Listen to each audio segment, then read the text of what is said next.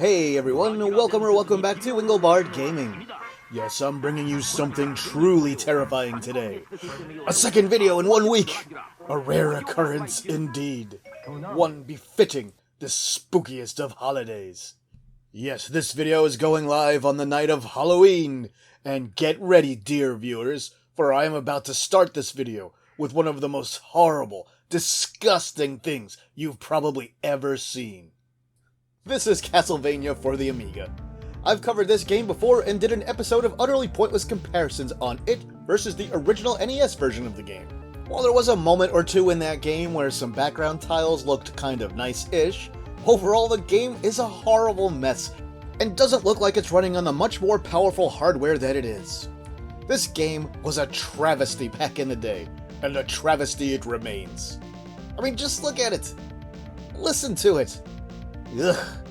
If you have the audacity to think that's the best the Amiga can do, well, you're wrong! Last year, a fine fellow who goes by the name Dante Retro Dev sought to correct this injustice that was thrust upon Amiga fans with a brand new version of Castlevania built from the ground up for the Amiga. He's released multiple updates since the original, and he released 2 more just yesterday. Probably since I asked him, hey, before I record a video on Castlevania AGA, are you going to do any more updates so I don't have my video become outdated immediately? So we put up a couple of his recent updates and here we are. Thanks, buddy. Now, a few things before we delve too deeply into this.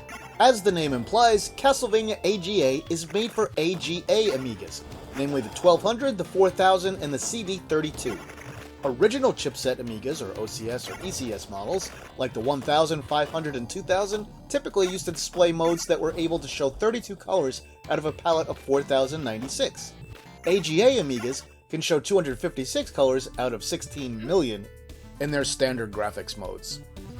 Now, Dante also wants to make sure everyone knows that he could have targeted the Amiga original chipset instead of the AGA chipset Amigas, and that the biggest difference would have just been a reduced amount of colors. He figured he should make the game for the best capabilities that standard Amigas offered, which is why he went with AGA. And as you can see here, Castlevania AGA looks pretty nice. The game is still a work in progress, even though you can play it all the way through to the end. It currently runs in the 2023 version of the Scorpion engine, and Dante mentioned that he wants to port it to the 2024 version, which includes some enhancements, including specifically the way that sound channels are handled. So let's compare a few scenes from the original Amiga Castlevania to Castlevania AGA. Yep, as you can see, the AGA version looks much nicer. AGA Amigas started appearing in 1992, and if this game had been an official product back then, people would have viewed it as a bit rough around the edges, but still well made, and frankly, it looks way nicer than lots of commercial games on the platform from that era. We typically get about 3 layers of parallax scrolling in most areas, and it looks like a professional game for the most part. The music is also still a work in progress. Some of it sounds pretty nice already. The first stage song in particular is especially well done and gives off a strong Castlevania Chronicles vibes. Or you know, the Akumajo Dracula X68000 vibes before someone gets snarky with me about what the original version of that game was in the comments. Take that, potential commenter. Anyway, all the songs are here. The end-level jingle isn't the standard one, but everything else is pretty much exactly where it shows up in the original, except some of the boss music, which is from another Castlevania game. Which is fine, because the boss music in the first Castlevania wasn't exactly mind-blowing anyway. But seriously, this is nice and done very well. Let's look at a few other scenes. And I apologize, I had a few issues with recording that caused this game to look jerkier than it is. In real life, it's perfectly smooth if you play it at a 50Hz refresh rate, but OBS decided to go ballistic about halfway through and started skipping frames even though I'd set it to 50Hz, and my computer is more than powerful enough to handle recording this. Oh well.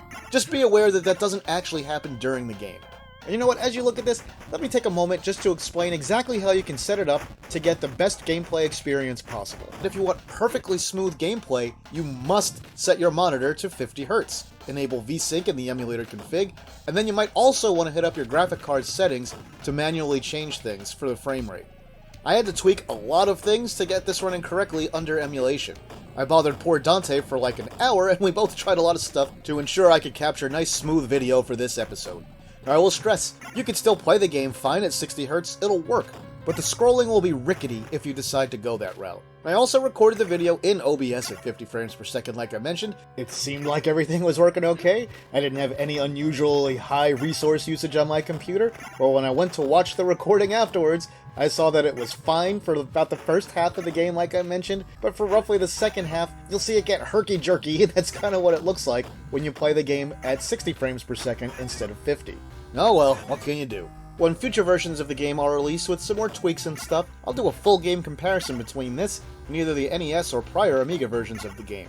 Anyway, enough of that technical stuff. So, while the game is good and absolutely worth playing, as it is, a few notes if you decide to give it a shot for yourself. Parts of this game are still a little bit on the rough side. Movement at times can have some minor issues.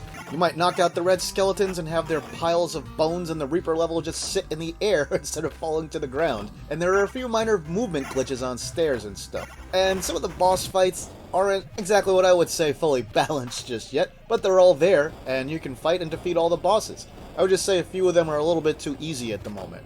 But like I said, even considering the rough edges here, I strongly recommend giving this game a shot anyway. If you're a Castlevania fan or an Amiga fan, I think you'll really appreciate this game just like it is right now. So how does it compare to the original NES game? Let's take a look at that. We'll look at just a few scenes, real quick here. So while you look at these, I'll talk about control. Now, Castlevania AGA does work on real Amiga hardware and even fully supports the CD32 controller if you happen to have one of those. If you're playing on an emulator, things are nice and easy. You'll have separate buttons for attack, jump, and sub-weapons. If you're an Amiga purist who just loves pressing up on the joystick to jump like so many games made us do back in the day, well, you can enable that in the options, you monster.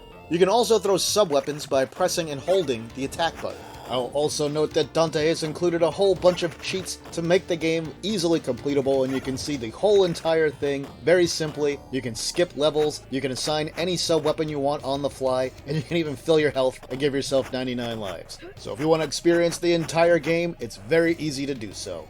Alrighty, so let's say you've seen enough that you've decided you want to give Castlevania AGA a try for yourself. How does one do that? Glad you asked. You can head over to Dante's itch.io page, which I'm showing you right now, and is also linked in my description below. And you can download the game in multiple formats. He's even made a handy-dandy version where all you have to do is run a batch, and the emulator settings are all pre-configured for you. And it runs under FSUAE, if you were wondering. Now, downloading that version is probably the easiest way to get it running if you don't want to have to mess with a bunch of settings in something like WinUAE, which can be more than a bit complicated, especially if you're not an Amiga aficionado who has been with the computer for a long time and knows what all those settings do. Alrighty, so I think I'm going to wrap this small video up here, folks. I highly recommend giving Castlevania AGA a try for yourself. It's a great example of what could have been on the Amiga. I love the modern retro gaming homebrew scene on the Amiga. If you didn't know, people have been making a lot of newer ports or conversions of old arcade games to the system, and most of them blow away the substandard conversions that we were subjected to back in the dark days of the mid-80s through the early 90s. And I'll probably cover more of these things soon. I've really been meaning to show you guys more of them, so I will.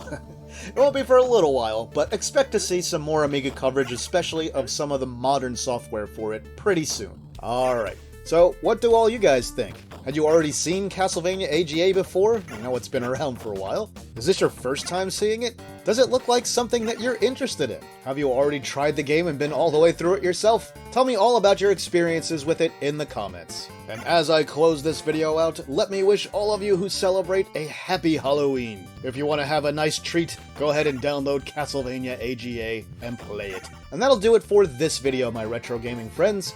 If you enjoyed it, please like it and share it online somewhere. If you haven't yet, please subscribe to the channel and hit the notification bell so you'll never miss any of my videos.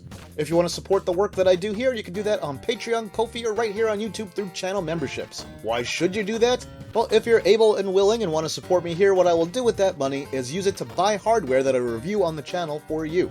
Alright, with that, I will say thanks for watching, and see me later.